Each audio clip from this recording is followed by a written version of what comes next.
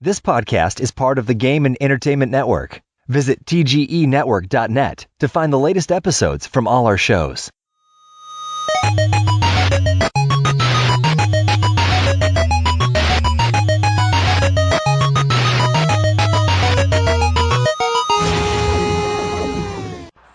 Welcome back to Couch Potatoes. This is episode 74. I'm your host, Lane, and I'm joined by my co-host, Ari. Sup, biatches? This week we're taking a bit of inspiration from the tail end of last show, but fleshing the idea out a bit.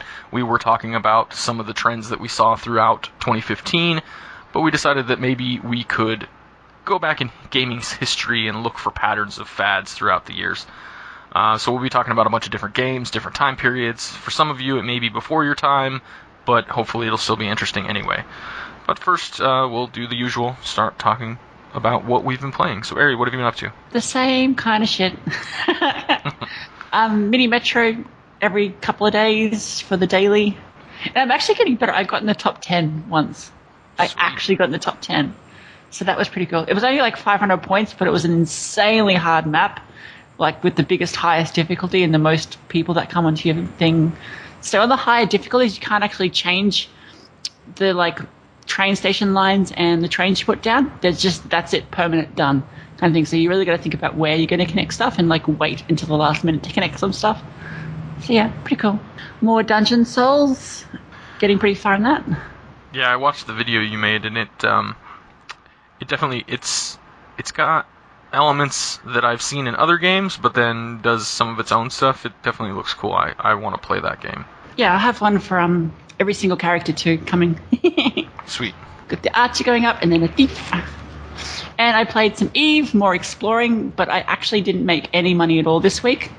I lost $80 million or something close to that. Only. I had a full, not a full load, but quite a bit of stuff in my little probe ship while I was out and about in the middle of nowhere exploring. No one's around. I've gone to this empty site to get their stuff. And then when I'm hacking it, all these NPCs just show up, blow me the hell up, and then piss off again. So I'm like, well, thanks, guys. Now I've ruined 2 days of heavy exploration. So that was fun. But I did learn because there's different types of sites and some of them are dangerous. So that's what seems to be the case with games that are difficult or. You learn from experience. Yeah. You tend to learn from failures a lot more than you do in games that are easy. In easy games, it's just just die over and over. Who cares? Well, it seems there's different site names, and if it's a certain name, formula, then that's going to be a protected site. So, yeah, dangerous. It was kind of funny. I talked to my the corporation I entered into afterwards, and they were talking about one of the most expensive items you could possibly get in there. And I'm like, oh yeah, I got that. And they're like, what? You got that? It's worth $1 billion. And I'm like, oh really? Whoops. But no, it turned out I had the alpha version, not the omega version. And yeah, never mind. It's only worth $100 million. Only worth $100 million. So, no, MBD. Yep. No, for $1 billion, there was going to be a giant expedition, save Ruby's wreck kind of thing. Everyone trying to make it there, but no. They didn't bother for $100 million. And I played some Hearthstone. Really? I know, right? I still don't really like it anymore. I don't know why. I kind of got over it when I played it heaps. But no, my guild was doing a tournament kind of thing, versing off a couple people. I beat the first person. I got annihilated by the second. That was fun. Yeah. Yeah, I uninstalled it completely. I haven't touched it in probably 8 months or more, maybe a year. I haven't touched it since we both quit, basically. Yeah.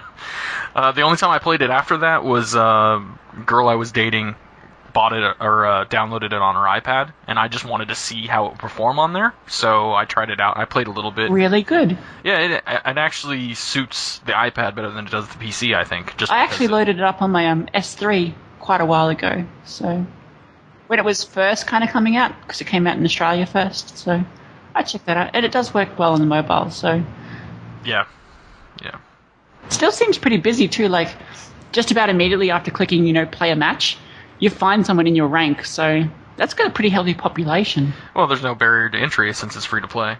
Yeah, but a lot of these people have uber, legendary filled decks and meta decks, and even rank 20 you're facing off people against have every card kind of thing. Yeah, that's true. Anything else? I have been watching Games Done Quick as well. I watched the Metroid, Super Metroid, and they beat the game in it was just under an hour. I was like, holy shit. That was something that probably took, I never played that particular game, but I'm sure that took kids back in the day, months of 20, time. 30 hours. Yeah. They're doing Bloodborne at the moment. God, I can't imagine blowing through one of those games either. Yep. Well, people do Dark Souls in an hour, don't they? I don't know. An hour or two? I still haven't beaten it, and I played it for an hour, so I feel like a noob. Okay, you're on again. Okay, so I've mostly been playing League, just trying to get back into the swing of things. The new competitive season starts shortly, which means LCS Pro Play is going to come back. The guild that I'm in, I recruited one of the guys that was on the show that we did a while back when I talked about Season 6, the Tough Love Critic guy. I recruited him into Obsidian, because he's also a Crowfall backer, but then he also plays League, so it just was easy to try and put him in with the rest of the people that I know from that guild that play. So we've gotten a couple games in here and there, otherwise just playing by myself, trying to get back to the swing of things, trying to find the characters that I want to play as for the next season, things like that. We also did fantasy for League, which is just like fantasy football or baseball or whatever. We did that last year, and since the spring... That's extra meta. You're doing fantasy pickups on a fantasy game. Yeah. So we did it last summer, and I came in second place. I should have won. It was a 3-way tie for first, and I should have won except for one of the players that I had on my team got suspended right before the last week of games started, and I didn't catch that. So I got 0 points from one guy. If I would have gotten points from him, I would have gotten first place, but it is what it is. So I'm trying to make sure that we all get ready to go to play, because the spring split starts, I think, next week. So we're going to try and do fantasy again as well. Outside of League, I've just been putzing around in some of the games that I got around Christmas time during the sale. You encouraged me to pick up that Humble Bundle that had Life is Strange in it, and... yeah, that game's not for me. I mean, I can see why people liked it. I mean, it does seem to have solid writing. The graphics aren't bad. It has, all the elements Mechanically, it plays a lot better than the Telltale stuff, too.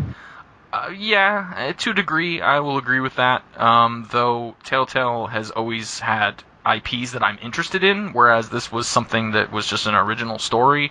And honestly, I can't...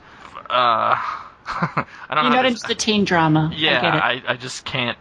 I'm not a teenage girl, so it just did not fit for me. But that's fine. I understand why people like it. That's cool. I got to try it. It cost me pennies on the dollar, so I now know that it's not for me, and that's all I needed to know. In that bundle, too, was that game Murdered Soul Suspect, and that is kind of on a similar sort of level. It has a little bit more gameplay, per se. It's less narrative and more gameplay, but it still has that whole adventure feel to it. It reminds me a lot of L.A. Noire, but obviously your guy dies and you become a ghost, and you're trying to solve crimes being a ghost, so it's kind of interesting but weird.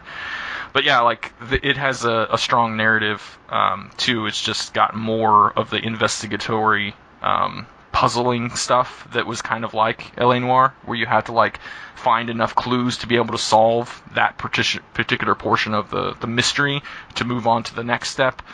I didn't get super far into it, but I did prefer it to Life is Strange. But that was just me. Lastly, another game that I got gifted to me was Legend of Grimrock 2. And I already had the first one. It's a dungeon crawler. It's a lot like Dungeon Master from way back in the day, things like that. It's a lot like the first game, but in the first game, it was completely in a dungeon. You were like a prisoner. You wake up, your cell is open, and then you get to go out and wander through all the corridors and solve puzzles, kill shit, and blah, blah, blah. This one is different because you actually start shipwrecked on an island, and you're outside, and then there are parts where you go down into dungeons, and then parts where you come out. So it's a little bit more like, say, like Might and Magic, the old ones, where it's a little bit more of open world. I mean, it's still, linear to a certain degree, but it feels a little bit more open world because you have the surface and the substructures and stuff. So otherwise, though, I mean, it plays pretty much the same. Although I will say it does seem like you get geared up a lot faster, because I remember in the first game it seemed like you were wandering around with sticks and stones for most of the game, whereas this one I've already found some pretty decent weaponry. So been playing through that as well. Yeah, it's pretty cool. But that's about all I've been doing this week.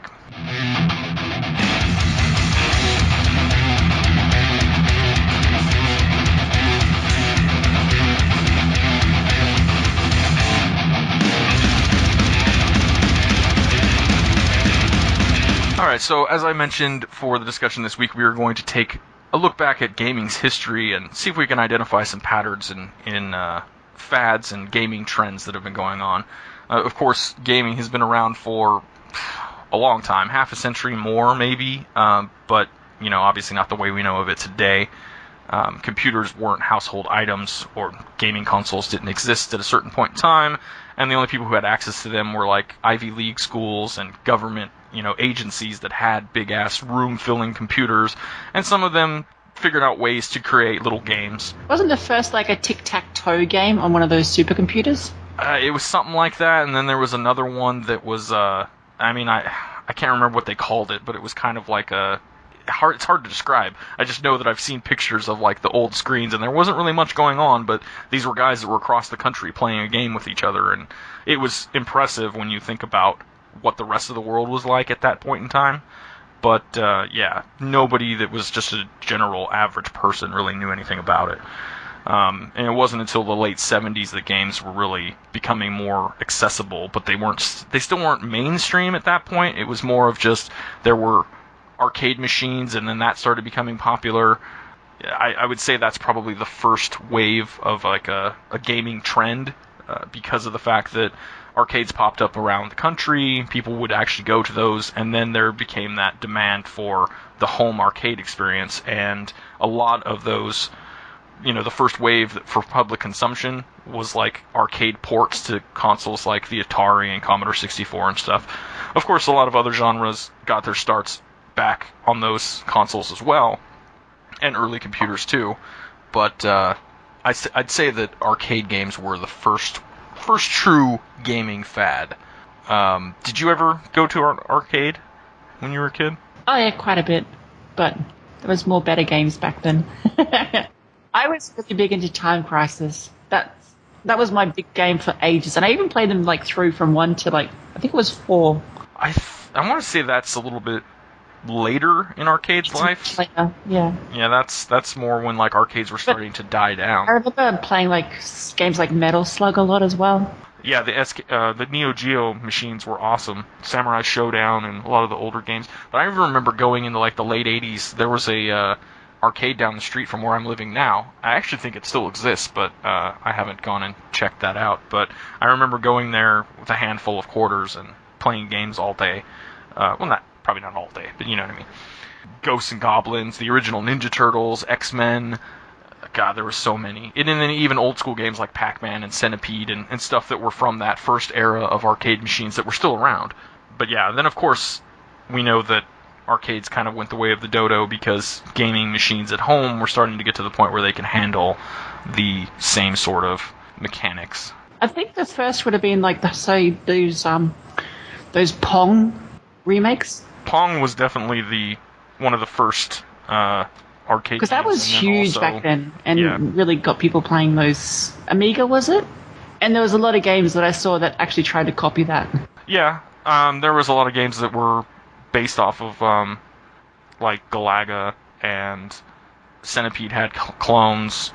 Pac-Man obviously had its additional like Miss Pac-Man and other stuff like that. And then a lot of those games were actually directly ported to those first consoles, but then even going to like the next generation when the original Nintendo released, it had Mario Brothers that was the same as in the arcades basically on the console, but then there were other games like that Ninja Turtles original arcade machine that ended up getting ported, I think, to the Super Nintendo. There was a lot of them, like Golden Axe, that got ported all over the place. There was a lot of popular arcade games that ended up making their way onto home consoles.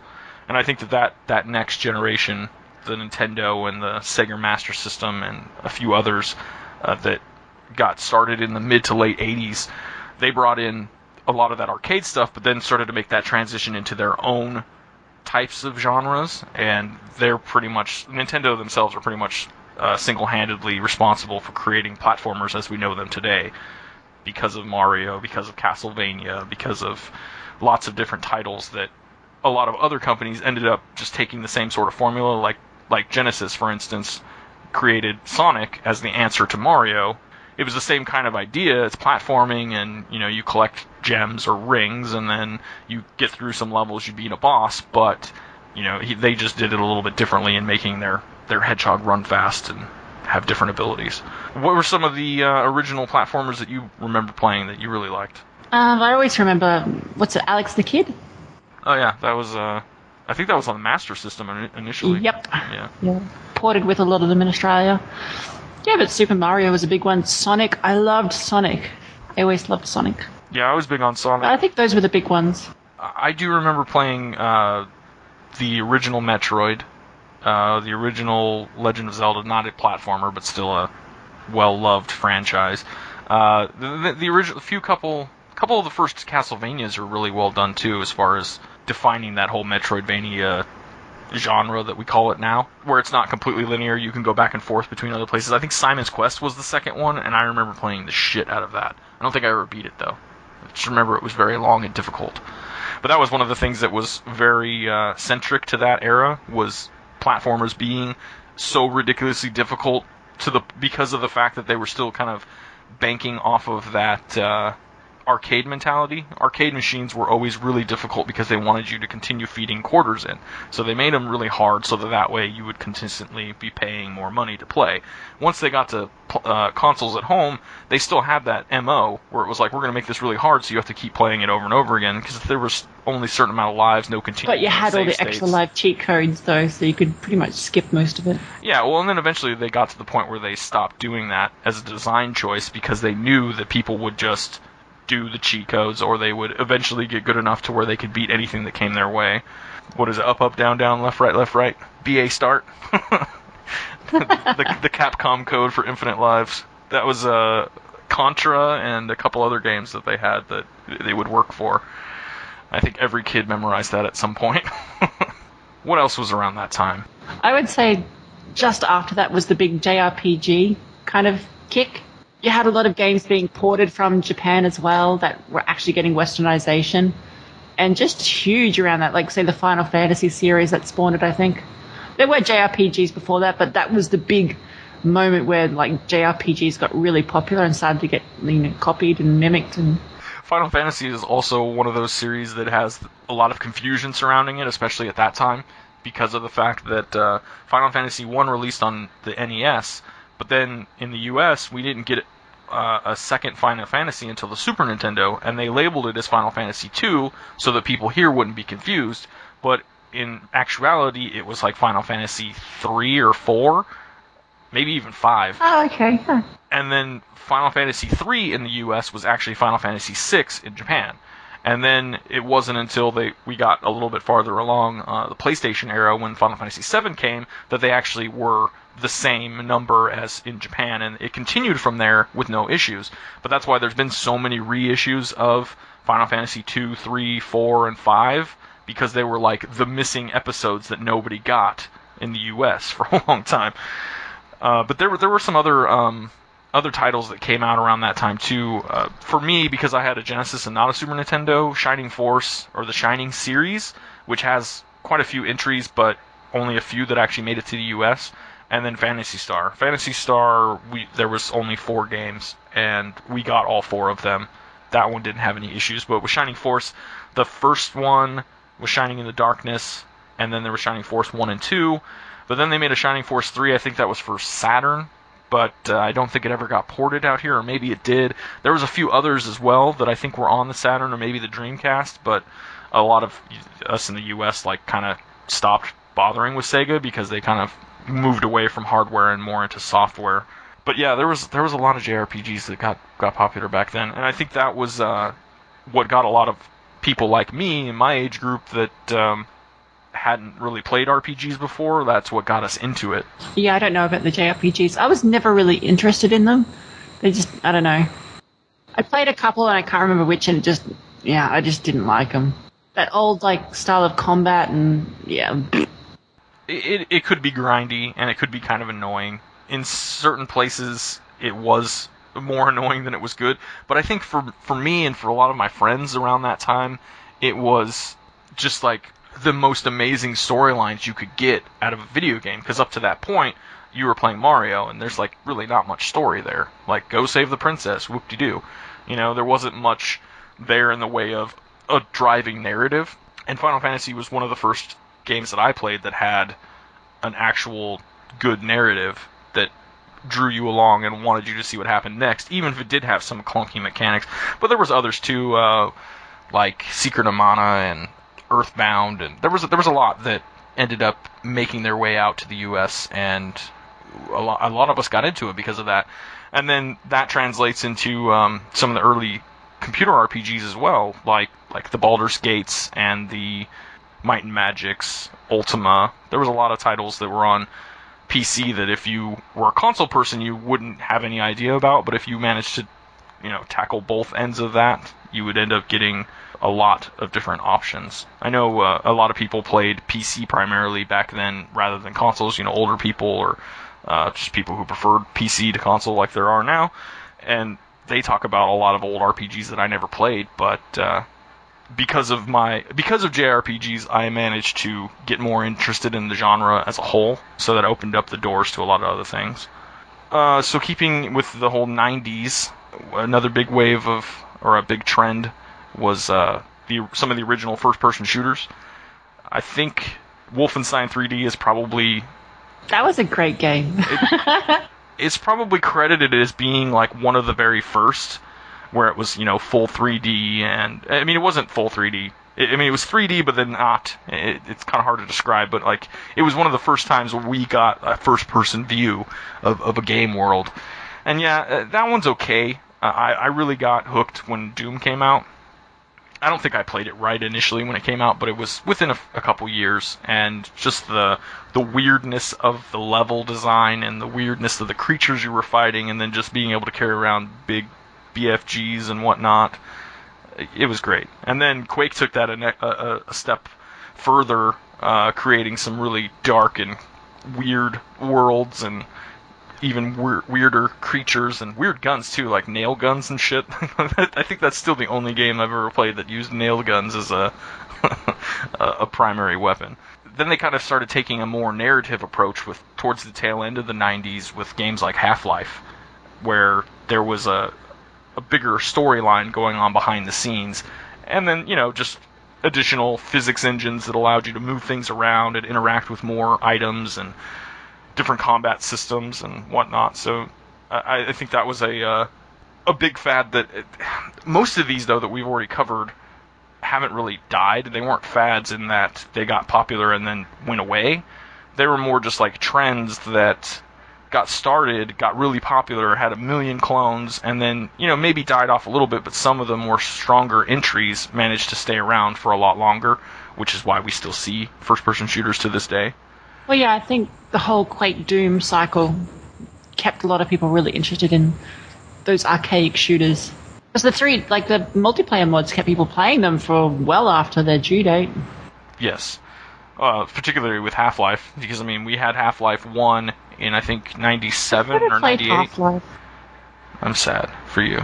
But see, the thing is, if you go back and play it now, it would look like shit, and you wouldn't be impressed at all. But at the time, it was phenomenal. I think that one came out, 97, 98? And then Half-Life 2 was, I think, 2004? And we haven't seen another one since then. But they were one of the... it was one of the predominant engines that got used for mods, and that's where we got Counter-Strike, Day of Defeat, and countless other mods that are now sometimes, in some cases, standalone games that are all developed off of the source engine.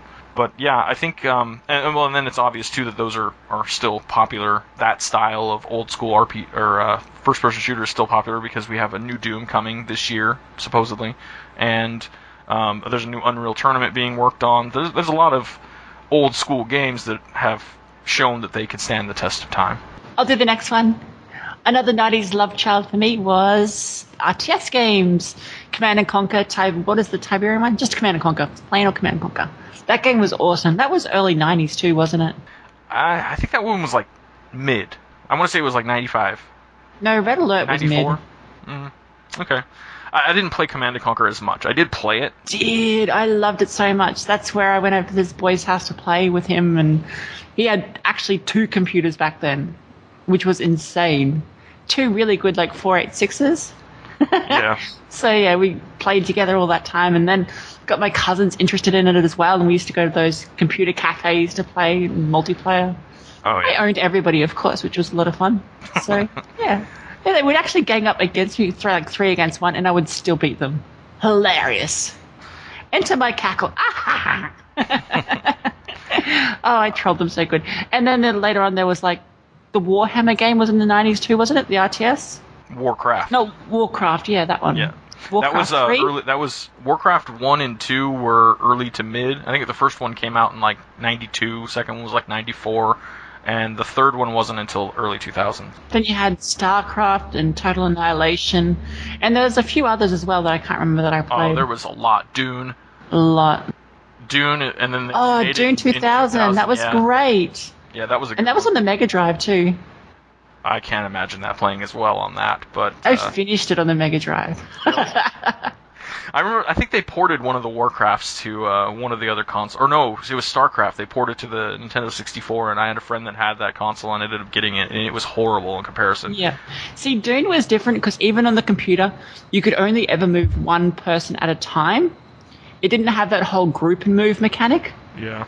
So even on the console, it still was like, oh, I have to click on this person to move him anyway, like just one person. So it wasn't too much different. Yeah, I don't think that game had quite as much micromanagement going on. No, it didn't, and it was a lot slower with the combat and stuff, so, yeah. Yeah, StarCraft was my love child at the time. I got obsessed with that game. I played all the campaigns. I played through all the Brood War campaigns. There were some unofficial extended campaigns that people made with the map editor and actually packaged and sold at stores where you could get something like 100 missions in one CD. I had a couple of those. They weren't as good, but there was still some interesting ideas there. And I even played around with the map maker myself and made some different things with it. And that's actually also some of the earliest roots of MOBAs, but we'll talk about that later. Yeah, RTS, man, there were so many different ones too. Like, that was definitely the flavor of the tail end of the decade for a while there. Like, seemed like every time you turned around there was something else. A lot of them failed and didn't go anywhere, and they were just cheap rip-offs trying to get people's money. But there were a few. Like, I know I didn't really play Total Annihilation, but I know that people loved that one too. I'd say that between Command & Conquer and StarCraft and Total Annihilation were probably like the top 3 towards the tail end of the decade. But yeah, and like, those PC Power Play gameplay magazines you used to get with the free demo disc? Like, you used to get so many RTSs in those. Yeah, I was obsessed with StarCraft to the point where I tried so many of them, trying to find something else that would replicate it, and nothing else did. And then going back and playing like Warcraft 2 just to get a different feel but have the same sort of engine, it still wasn't quite as good. It wasn't until Warcraft 3 came out later that it was like, oh yes, this is what I've been wanting, like a brand new experience that's similar to what I already like. With the tail end of the 90s as well, there was not only games like Baldur's Gate and Planescape Torment and Icewind Dale, all the ones that were made by BioWare or Obsidian and were really deep party-based RPGs with tactical combat. They also, another Blizzard thing that started up was Diablo. I think the first one was like, I want to say it was like 95 or 96, and then the sequel was like 98. And oh man, I mean, I played a lot of Diablo, but when Diablo 2 came out, that was just the end of it. I remember that game was so much like crack, it wasn't funny. Like, I remember coming home from school and playing it from the time I got home from school till I had to go to bed, like day in, day out, every day. Like, just played the shit out of it. I even went so far as to take my copy over to my friend's house and install it on his computer and play it there too, because we didn't have to worry about DRM as much back in the day. But yeah, that kind of spawned a lot of other copies as well. A lot of them didn't really take off in the 90s, though. I don't remember too many other big names in the action RPG sphere. It wasn't until later on where you had like Titan Quest and some of the more recent ones, Torchlights and yada yada. But they did get their start back then, and that seems to be a trend that has not dissipated either. We still see a lot of new ones coming out. I'll let you do this one. 2000s, early and even to late, were just like the time of the dude bro shooter. You had the big giant meathead guys shooting shit up, and I think that's where like cover shooting came in as well, isn't it? But yeah, you had like COD, quite a few Call of Duties coming out, Halo, God of War, and I know I'm forgetting a million others that I played. So no, like I actually liked a lot of those shooters. Like I talk shit about them, but it's still something that's fun. Yeah, cover shooting, I'm not sure who originated that. I know Gears of War did it. Uncharted did it after that. No, I think it was Gears of War. I'm pretty sure it was Gears of War. I mean, they had other cover-based shooters, but they were different. And with Gears of War and Uncharted and games like that, it's third person, so the cover like made more sense. Whereas in a lot of first-person shooters, like there were some sorts of cover where you could duck behind things or go prone, but there wasn't the actual like where you glue yourself to the wall and could look around and stuff. That wasn't quite as. Although I want to say that Rainbow Six had that, like being able to peek around walls and stuff. And maybe it's another game that I'm thinking of. But there were a few first-person ones that let you do the whole like lean around the corner and look. But it was this era that kind of went away from the original FPSs like Doom and stuff, where it was just run and gun. Whoever could blow you up first was the winner. To being able to actually be a little more tactical and take cover or be able to go prone and stuff. That all started throughout the 2000s.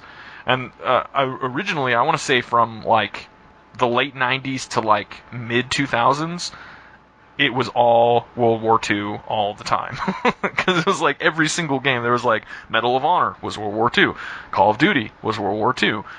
There was others too. The Battlefield games as well. Yeah, they started off World War II as well. The first one I think was 1942. So yeah, it was like everything was World War II, and then at some point they decided to move away from that, and we haven't seen, aside from like Wolfenstein, which is some sort of alternate history, we haven't really seen too much World War II stuff anymore. So that kind of died down.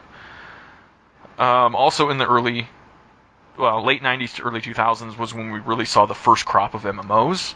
Ultima Online, EverQuest, Asheron's Call, Dark Age of Camelot, and there were some others in there. Pre-WoW, MMOs weren't huge, but they were starting to gain steam, and obviously you have to give credit where credit's due. I remember like the marketing around EverQuest being quite big. Like going into game stores, you would see those EverQuest boxes everywhere. Like I had no idea what it was, so I never actually picked it up, but I just remember seeing those boxes everywhere. I remember seeing Ultima Online and Asheron's Call pretty well too, because Asheron's Call, I want to say, I don't think Microsoft made it, but I want to say that they ended up owning it at some point. So they were obviously pretty good at marketing, but yeah, I didn't play any of them. I probably wouldn't have played any of them for a while if it wasn't for the fact that my dad got into EQ and then introduced me to it, and then the rest is history. What's next? Peripherals.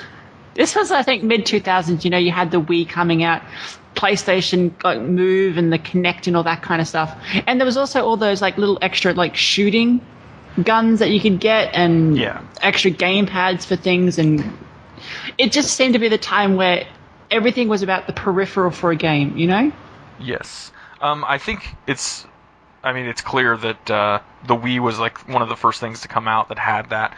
It was the best. It was the one that gathered the most like attention. And you even had that stupid little board for their like Wii Fitness, remember? Yeah. There was gun things for that, and then like the nunchuck thing, and then there was guns for the PlayStation 2. I had one as well, so. Yeah, well, and I think for the PS2. Nintendo also, I'm sure most people who've played one remember, originally Duck Hunt came with the light gun, and then not everyone knows, but there was also that Rob, little robot that you could play a couple games with. It wasn't nearly as PlayStation 3 and that little eye camera? You had so many little kids games for that as well. They were all shit, but There was a card game for that as well, that you actually like scanned the cards. They were like actual cards that you held in your hand, and then you could scan it with the thing, and then it actually like gave a digital representation in the game. It had like all these companies have come out with something peripheral wise that was great in theory, but not everything ended up standing the test of time, which is why the Wii itself, when they came out with the Wii U, they ended up moving away from the nunchuck thing and gave you the little secondary screen, and you didn't have to worry about the motion controls as much, because everybody was like, wait, it was great getting off the couch for a couple years, but now we want to go back to being lazy. Yeah, I still think there is like a large group that still wants that, especially the whole family demographic. I think it worked really well. Like, yeah, those games could use improving, and the technology needs to get better. Like, some of that Kinect movement stuff, ridiculous. But I think there still is a strong market there for it. But yeah, we saw so many, like, really bad knockoffs during that time. Like, the PlayStation Move was terrible, and they tried to shove it into everything as well. I never used it. I never used a Kinect either. I had a Wii, but only for a couple years before the novelty wore off and I sold it. The best peripheral games that I ever played were like Rock Band and Guitar Hero. Those were amazing. Getting drunk with your friends and trying to play stupid Rockstar games was a lot of fun. That was fun. But then the Wii had its moments too of being able to get drunk and bowl or play tennis or whatever. Like there was some cool stuff there, but the problem was that it was a novelty and it wore off for a lot of people. Not everyone, but for a lot of people. Yeah. Let's see. So after WoW came out in the mid-2000s. We will refer to this as the dark time. Yeah, MMOs went through a dark time. So basically every game that came out after that was a WoW clone of some sort. I wouldn't say that EverQuest 2 was a WoW clone because it actually released a month before WoW, so they were both going in the same direction, doing the same kind of things. After that, everything that you can think of pretty much either was trying to kill WoW or get part of its player base. I mean, everything from Lotro to Guild Wars 2. I mean, they all have some sort of where they were trying to get that lightning in a bottle, and a lot of them failed. And then we had the huge free-to-play transition of the entire market, except for WoW, to where pretty much every game out there is either buy-to-play or free-to-play, and we haven't seen another game come out and be nearly as successful, except for maybe Final Fantasy XIV. I would say Guild Wars 2 got a decent amount of sales. I'm not sure how popular it is now, but it sold 5 million copies to date. Well, yeah, it's probably up there, but as far as released information that we know about, Final Fantasy XIV is probably the biggest MMO out there right now, just because of WoW's decline. Granted, anytime an expansion comes out, it'll probably go back to being the biggest, but then 2-3 months later, it's back down to nothing. And they seem to be content with that. That's one of the trends that I'm hoping changes, which we talked about a few times in recent months, where it's hopefully going more towards the niche MMOs and having more dedicated player bases for different types of games, rather than just everybody spread so thin across free-to-play titles. Next? What's next? What else do we see? Zombie games.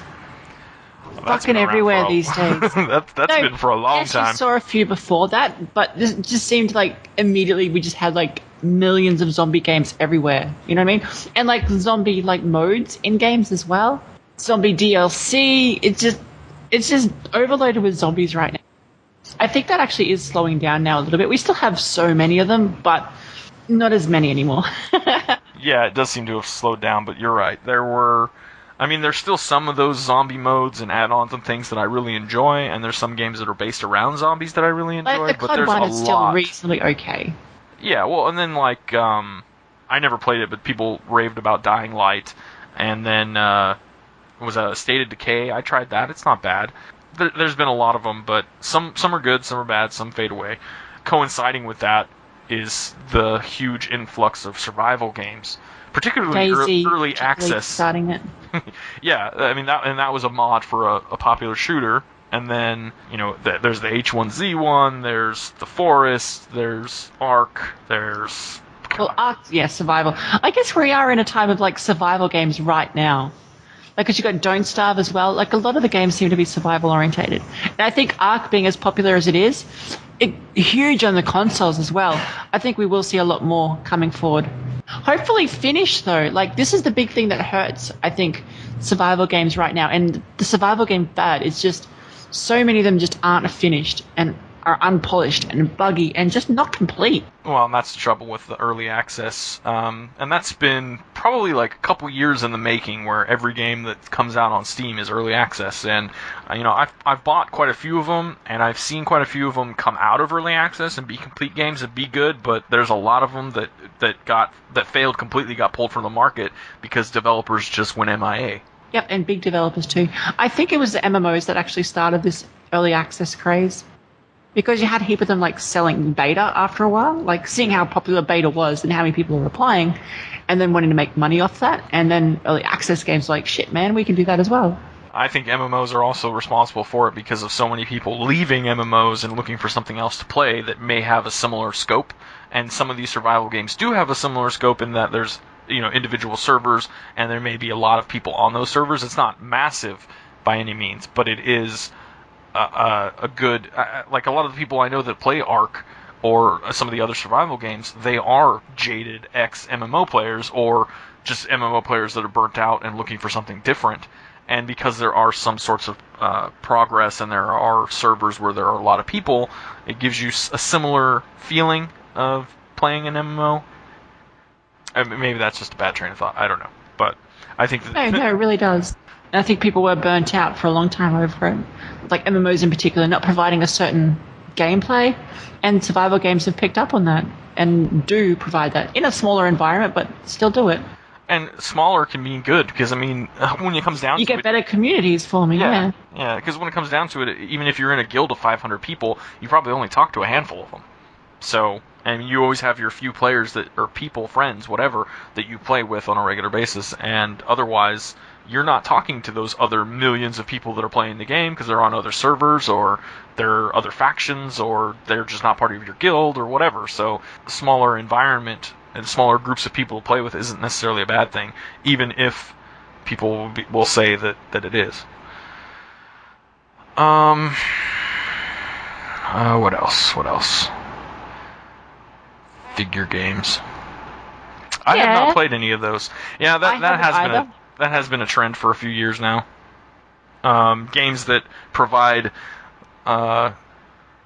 real-world little figurines that you have to buy in the store to be able to plug into the little peripheral thing that then unlocks that inside the game for you to play. Personally, it's a cool idea, but it seems like one of the biggest cash grabs I've ever seen. Yes. Because those packages Those packages aren't cheap, though. No, like Skylanders is massive. And I even see quite a bit of Disney Infinity these days. That's pretty big as well. Yeah, from reviews I've read, they do sound like a cool idea. And if I was a kid, trust me, I'd be eating that shit up. Oh, same. And then, there's clones like Lego minifigures that didn't really make it, It seems like an actual hard thing to get right, like the pricing, but also, you have to have a certain type of gameplay. And then there's that whole frustrating bit of it where... all of those characters that they've created are actually coded into the game and there, but you can't utilize them unless you go out and buy the stupid little figurines. So there's parts of it that I like, because that's a unique and interesting way to go about creating a game mechanic, but at the same time it's kind of like playing Magic the Gathering. There's all these cards that exist, but you don't get them unless you go out and buy 1 billion booster packs to build your decks. And it's kind of got that same issue. Where if you don't have a lot of disposable income, you're not going to have as much fun playing the game.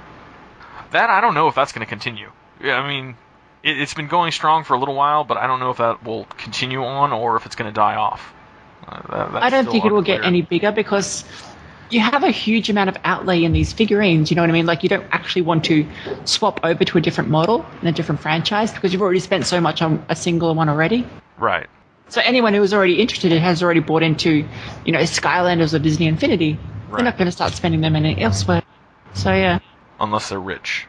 Super rich. Super rich. So another one that's been going for probably I want to say, probably not quite 10 years, but has been building steam is the mobile market, and particularly games that have been cloned, or games like Clash of Clans. Bejeweled. Well, anything that's a puzzle game fits the mobile market really well because it doesn't take a lot of processing power. It doesn't take up a lot of memory or space, yada yada. So those types of games are always going to be popular. I mean, one of the first games I ever had on an old mobile phone, early 2000s, was like Tetris on a green, those ugly green screens that they used to have. Yeah. Or like Snake, things like that. So yeah, puzzle games, they automatically lend themselves to that. But Clash of Clans, I've never played that game itself. I haven't, but you see all the ads now, like for different ones, like Boom Beach and there whatever are else they have. so many other games that are like that. There's a Star Wars one. There's tons of them, all kinds of different medieval styled ones, and it's basically just you build a base, and then the PvP consists of you going and attacking someone else's base, whether they're I think this online was or not. a fad that started on PC though, like with like Ebony clones. Do you remember that? Well, that's not PC. That's more like Facebook games. Yeah. Like the whole Farmville and all of those types of things kind of transferred over to the mobile Ebony market. was much bigger and it was much more multiplayer, and that's what started. I saw a lot of clones for that. It was a bit bigger than Facebook could provide, but yeah, Facebook games like Farmville as well, huge market, huge fad, which is kind of dying now too. Because what's that big company that made most of them? Zynga. Yeah, slowly dying. Well, the Facebook side of it, yes. The mobile side of it, I don't think is dying. I think it's still garnering steam. Yeah. But I'm glad that there's actually some games that are coming out on that now that are actually decent quality to the point where they are almost as good as PC games. And granted, you're not going to get a really fleshed out MMO or action RPG on there, but I actually have an action RPG on my phone that actually plays pretty well. I mean, it's nothing that I would want to dedicate a lot of time to, but if you're stuck in a doctor's office, it suits its purpose. But yeah, I don't see mobile dying anytime soon. I think it's just going to get more steam as we go along, but it still hasn't hooked me to the point where I'm like, oh man, that mobile game was so much fun, I'd rather play that than a PC game. No, that hasn't happened. But it might. I'd say it's pretty much been just this decade, but obviously MOBAs have become really big business. Yep. League of Legends. But only for a select few. Yes. But I would, because I know League of Legends started before 2010, but it didn't go live, I think, until 2009 or 2010. So. And it took a while for it to build up steam as well. Yes. I didn't start playing it till 2011. The Heroes of the Ancient, that was a bit earlier though, wasn't it, on Steam? Defense of the Ancients? It wasn't huge, yeah. Defense of the Ancients, yeah. No, it was the original was a mod for Warcraft 3. Yeah, that's what I'm saying. It was a bit earlier than 2010, wasn't it? Yes, but that was still something that only certain people knew about. Like, you wouldn't be able to go up to someone who's never played a MOBA before and ask them what Dota was and have them know. I think that it was kind of under the radar still because it was a mod for Warcraft, and then they started doing some of their own development, but then people who created that split off and started working on Dota 2 with Valve, and then there was other people from that development team that made Heroes of Newerth, and then there was the other guys who made League of Legends were just people who used to play it and decided that they wanted to make it standalone, but also change some of the ways it played. Technically, Dota actually has a little bit more depth than League does.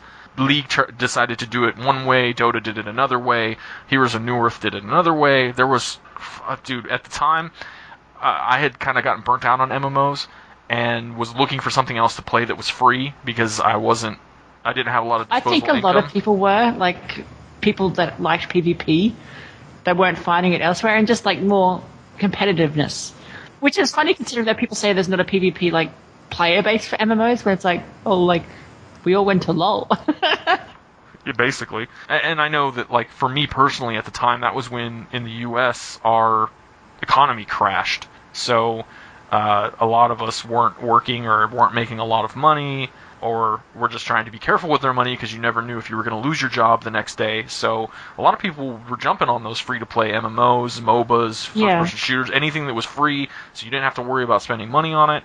And that was me. I tried League of Legends, I tried Dota, I tried almost all of them. And there was so many out there. I remember playing through countless ones, and each time I'd play one, it would be like, this doesn't really grab me, I don't really like it, just delete that one. Ended up getting into League of Legends, and now you'd have to practically be living under a rock to not know what Dota 2 or League of Legends are, because everyone that I know that doesn't even play these types of games still knows about the International, they still know about, League's Championship Series, they know about how much money these pro players are making, and that there's a lot that goes into that. But and even like general media, once you start saying, oh, this prize pool is $100 million, they pick up on it pretty quickly.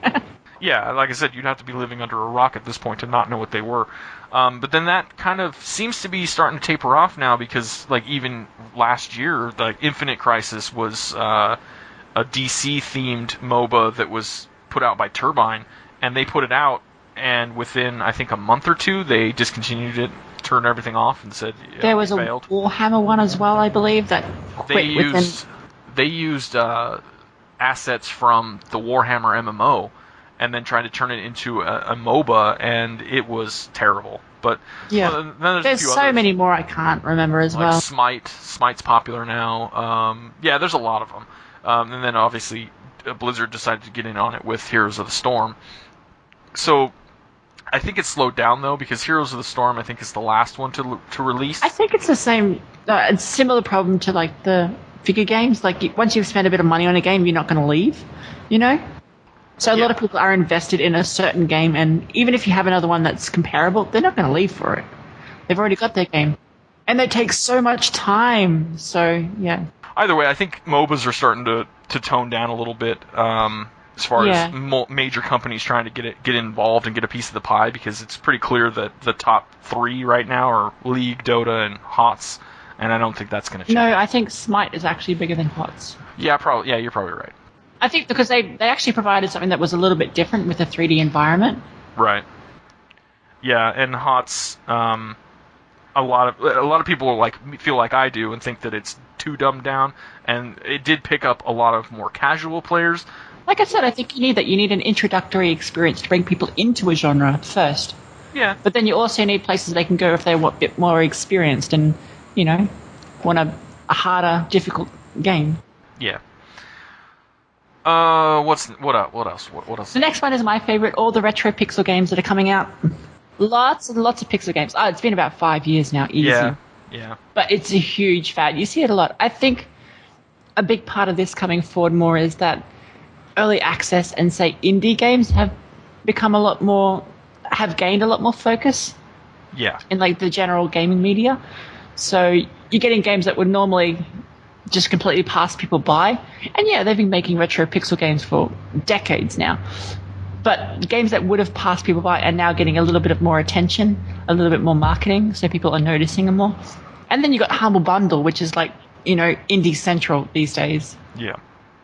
Well, and then every single Steam sale and anything else like that, there's a lot of them. And the good thing about indies is that they're always, $20 or less. And everyone can afford that.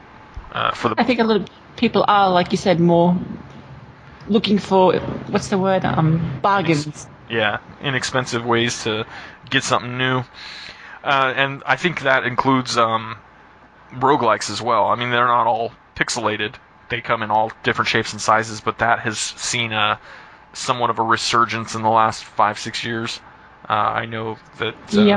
I think probably. What do you think was the biggest in recent times? Oh, I think Faster Than Light was probably like the one that really brought it back into the foreground, because before Rogue that, Legacy was one too, wasn't it? Was that? That came out. Probably around the same time as Faster Than Light. I know Faster Than Light was just like really big, like everybody liked that game, and there's been a lot of them since then, and I can't say that any one in particular is doing better than the others. I don't have any of that data in front of me, but I just know that back in the 90s, I used to play Angband, which is a roguelike variant, because there's Rogue, Moria, and a couple NetHack. There's a couple other ones, but that was the old school with ASCII graphics, because they were played on like Apples and old school IBMs and stuff. And that was really all there was. And then they made some graphical interfaces for some of those games. Like a recent one is ADOM, the Ancient Domain of Mystery or whatever. Like they just recently made a graphical update for that, so you can have some pixely graphics to go along with your samey sort of mechanics. Well, Adam wasn't really pixel graphics though; it was sprites. Well, okay, you know what I meant. But yeah, then it was just like at some point, like Faster Than Light came out, and it was just like everybody was jumping on that roguelike train. And there's been so many different types, but yeah, I've enjoyed a lot of them. You know, some mix in puzzle elements, some mix in action combat elements, some have turned them into bullet hells like Nuclear Throne or Dungeon Souls, and some are more just shooty like Risk of Rain with platform elements. Same with Rogue Legacy's platformer. Then there's the, you know, other ones that are similar to Faster Than Light. There was one that came out recently that I can't remember off the top of my head right now. Space Rogue or Rogue Space or something, and it's very similar. And I think even that Lovers in a Dangerous Space-Time is kind of similarly designed to Faster Than Light in certain aspects. Yeah, the management systems and stuff. Right. They all just basically center around the whole permadeath mechanic and some sort of randomization. Talking about indies as well, I'm surprised there hasn't been more like Minecraft clones. Like, yeah, there's quite a few, like Cube World and Trove, and like, I guess Terraria to an extent, although it is kind of its own thing, but yeah, I haven't seen as many as I thought there would be, considering how huge it actually is. I think that's just because of the fact that Minecraft is so moddable. That, like, people who play Minecraft are like, well, why play another game when we could just mod the shit out of this one? That's true. And I think that's something that's sorely lacking in a lot of games, mod support. I think we're coming up to present day. Well, we kind of have been already for a little bit, but the trend that I'm seeing happen, at least from the tail end of last year into the beginning of this year, is the FPS MOBA, which that's just what I'm labeling it as. We're not really sure what the genre is because like, I know I've heard like, I think it's more of a strategy FPS. I guess you could call it that. Team-based FPS or something like that. A class-based FPS. I mean, there's a lot of different ways you could say it, but to give an example, the games we're talking about are games like Battleborn, Overwatch, Paladins, Paragon. There's probably a lot more that I'm not thinking of off the top of my head, but it essentially boils down to it's a first-person shooter, but each character in the game has a particular class with a particular skill set, which is reminiscent of MOBAs. But then, you know, it's in a first-person shooter environment, so it's faster-paced. I know Battleborn had a mode where it was more of a, you know... It was more of a MOBA. Right, it was more lanes with towers and that stuff type like of stuff. But Overwatch doesn't have that. It's more of just either capturing points or just killing each other. Paladins mixes in some card game elements and some other stuff. I haven't played it, but it's really convoluted, but it looks kind of cool. I also don't have very much information on Paragon. That one's getting set to go into some sort of alpha or beta testing soonish. It's from Epic Games. Who knows on that one? But from what I've read about it, it sounds like it's trying to go more the traditional MOBA route with just first-person shooter elements.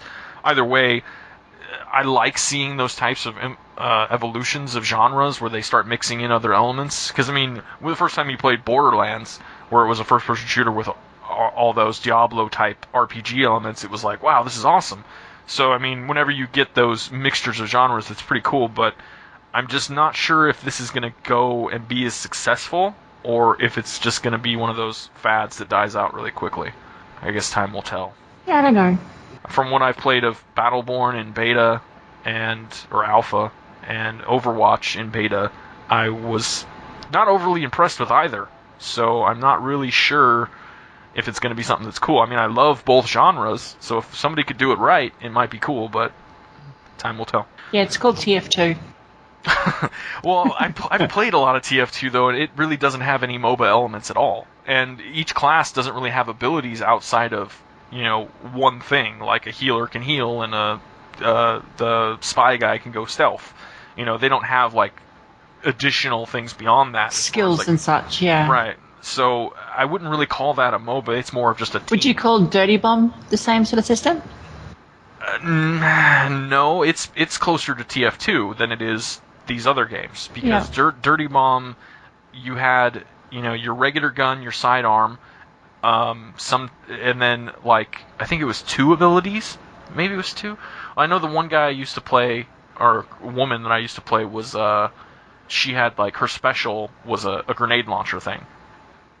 But she didn't have any other abilities outside of that. Some of them had healing packs or like ammo station things that they could put down. One guy had a turret. Yeah, so I mean, they did have a little bit more skills than TF2, but it still played just like your general first-person shooter. It didn't really feel like a MOBA. So I'm not sure if these other ones are going to go, more that direction or more the other. Either way, this is what's currently happening, so it's going to take us a while to be able to like really look at it. So we started or ended the last episode with what we thought we had seen trend-wise, and we had mentioned this whole FPS MOBA thing as far as what was happening during the course of last year. What do you see being some of the trends looking ahead in the future years? As much as everyone's shit-talking VR right now, I do think it is going to be big in the next few years. As the technology gets smaller, more compact, cheaper, I think it's going to be huge. It drastically changes everything about gaming, It does. And I think that there are certain games that lend itself to VR very well, like first-person shooters and adventure games and porn, things like that. But I couldn't see playing like League with a headset on, because that's just not that type of game. It would need to be something that's immersive. Certain games, of course. Like, right. I think with the big open world kick that's right now, then it's going to be big for that as well. Like, just imagine putting on a VR set and being in like the world of The Witcher or Fallout 4, that kind of stuff. Oh yeah, there's some definite applications there that will work well. And I also think like scary games are really popular on YouTube with like a huge crowd, you know what I mean? They get a lot of attention, and I think the VR will push that along even further because, playing scary games in VR will be even more like dramatic and hilarious for the viewer. Oh, jeez. I was watching a video just a couple days ago, actually, and it was on, I don't remember where I saw the news link. It may have been off of Facebook or something, but it was a guy that was reviewing some VR porn. And he was like, it didn't actually show, porn. Oh, is that the one that actually had that device as well, the haptic device? No. It was just a headset. He just had, I think it was an Oculus, and he had the thing on, and it was somebody else that was filming him watching, and then occasionally it would cut back to him, what he was seeing. It didn't show any nudity or anything, so it could only show little clips. But he was like standing there, and he's like, the girl is coming in to do things to him, and he's like, you could see him reaching his hands out, and he's just like, he fell over on the bed because it was like in his face, and he's just like, wow, this is fucking intense. And like the way he reviewed it, it was like, wow, like if they could do something like that with a video game, like imagine how immersive and cool. I mean, because being able to run around some of those worlds would just be amazing. I think there are a lot of places that it can be implemented, not just in gaming, that will revolutionize areas. Like I think, like old people in old folks' homes and stuff like that, just having them able to put on a device and then travel around the world kind of stuff, Yeah, virtual travel. It's got a lot of ways it can be, implemented and used. Well, yeah, because look at how they do the Google Maps, where they have those Google trucks that just walk around or drive around and have cameras pointing out the sides of the car. Well, imagine, like, say, surgery and the person actually being able to see inside where they're actually cutting kind of thing. Well, they kind of have that already with their scopes and stuff, but having that's a tiny little scope, But so that would probably make you want to yak. Yeah, the avenues this can go is huge, and I think we'll see a lot more of it. Maybe a few years from now, when they've kind of got better with the technology, but the first wave needs to hit public consumption first before it can improve, because they need the feedback from people. Watching that guy, the headset that he had on, it didn't look much bigger than most smartphones. I mean, it's just enough to cover your eyes, so it's not really that big, clunky, or heavy. And when they get it down to the point where it's like a pair of sunglasses and you can just put it on your face and it has digital, pictures within it, and it's really lightweight and stuff. Because I mean, I know, like, when you go to the theater to watch a 3D movie and you got to put the 3D glasses on, it's kind of annoying. I don't know, it always annoyed me when I had to. So I think that they need to find a way to make it as comfortable as possible. And then you can take it a step further, and then you can start getting into the other peripherals, where you're maybe wearing gloves that are wirelessly attached to the virtual reality thing, and then when you move your hands around, you see that representation inside the game. And there's a lot that they can do to advance it. It's just they got to get the first products out first before we'll see more. One of the biggest things that I think is going to happen is something we touched on last week, was the whole not so massive multiplayer games. Not... Yeah. They're going to take a lot of the MMO elements and translate those into other forms of gaming. The best example I have right now is Destiny. I have not even played Destiny, so I can't really comment as far as how well that game translates from being an MMO or whatever, but it's got a lot of the same elements as an MMO, but then it's got first-person shooter elements, and it's mixed in a lot of different things, but it's got a rather large player base, but I still don't think it's anything like WoW used to be. And the same goes for like survival games. A lot of the other types of games that have come out in recent years are answers to, what do we play now that we're burnt out on all these crappy MMOs that are out? What's next, And I think that's going to be something that's going to continue as we go forward, because when big companies like Blizzard are backing out and canning their next MMO that's in progress because they realize that the MMO genre is like not healthy anymore, and they're trying to go do other things like Overwatch and HOTS, it's obvious that there needs to be something else to happen to kind of fill that gap. Because, anybody who's still playing MMOs right now, or they're either happy with what they got, or they're just waiting for the next big thing, but the next big thing doesn't necessarily have to be the same exact experience. It could be something completely different that we don't even know about yet, that's going to be the next, lightning in a bottle, perfect storm like WoW was. What else do you think of anything else? Adventure games. I think with Telltale pushing forward the genre and Life is Strange getting a lot of critical acclaim, not easy acclaim, I think it's going to be big. Like, a lot more adventure games are going to be made. Like, it seems like an easy genre to do as well. Not easy, but just in terms of like other genres, it's probably one of the easier to develop and less, like, say, time resource intensive. And I reckon we'll see a lot more like movie tie-ins and IP adventure game tie-ins, you know what I mean? Interactive narratives. Yeah. Yeah. Yeah, I don't see that going anywhere either. That's been picking up speed for a few years now. I think you're right in saying that Telltale is who kind of pushed it back to the forefront, but I can agree that other games out there are doing it a little bit better. I think we might see more of those too. I think we're going to see more of all of these genres, because none of them have died. Everything that we've touched on right now has not just come and gone. They've gone through iterations, they've gone through quiet years where there wasn't really anything new, but even Rock Band and Guitar Hero just made a reappearance, so yeah. Do you have anything else? No, that's it for me. Yeah, I don't have anything else either. Well then, there you have it. That's our little mini analysis of what's been going on trend-wise in gaming for the last few decades. If you guys have any others that we missed, think that our lists suck, or genres and fads you think are going to come in the future, yeah, let us know. We are always appreciative of feedback. And yeah, we'll see you guys next week.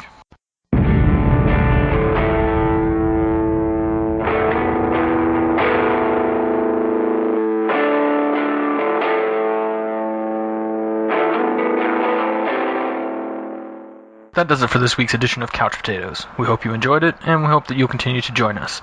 Couch Potatoes can be found on Twitter at Couch Potatoes, and on Anook at anook.com/blog/couch-potatoes. Music credits, other places you can find us, and pertinent links discussed on the show can be found in the show notes. Thanks for listening. We're going to get back to gaming now, so we'll see you next week.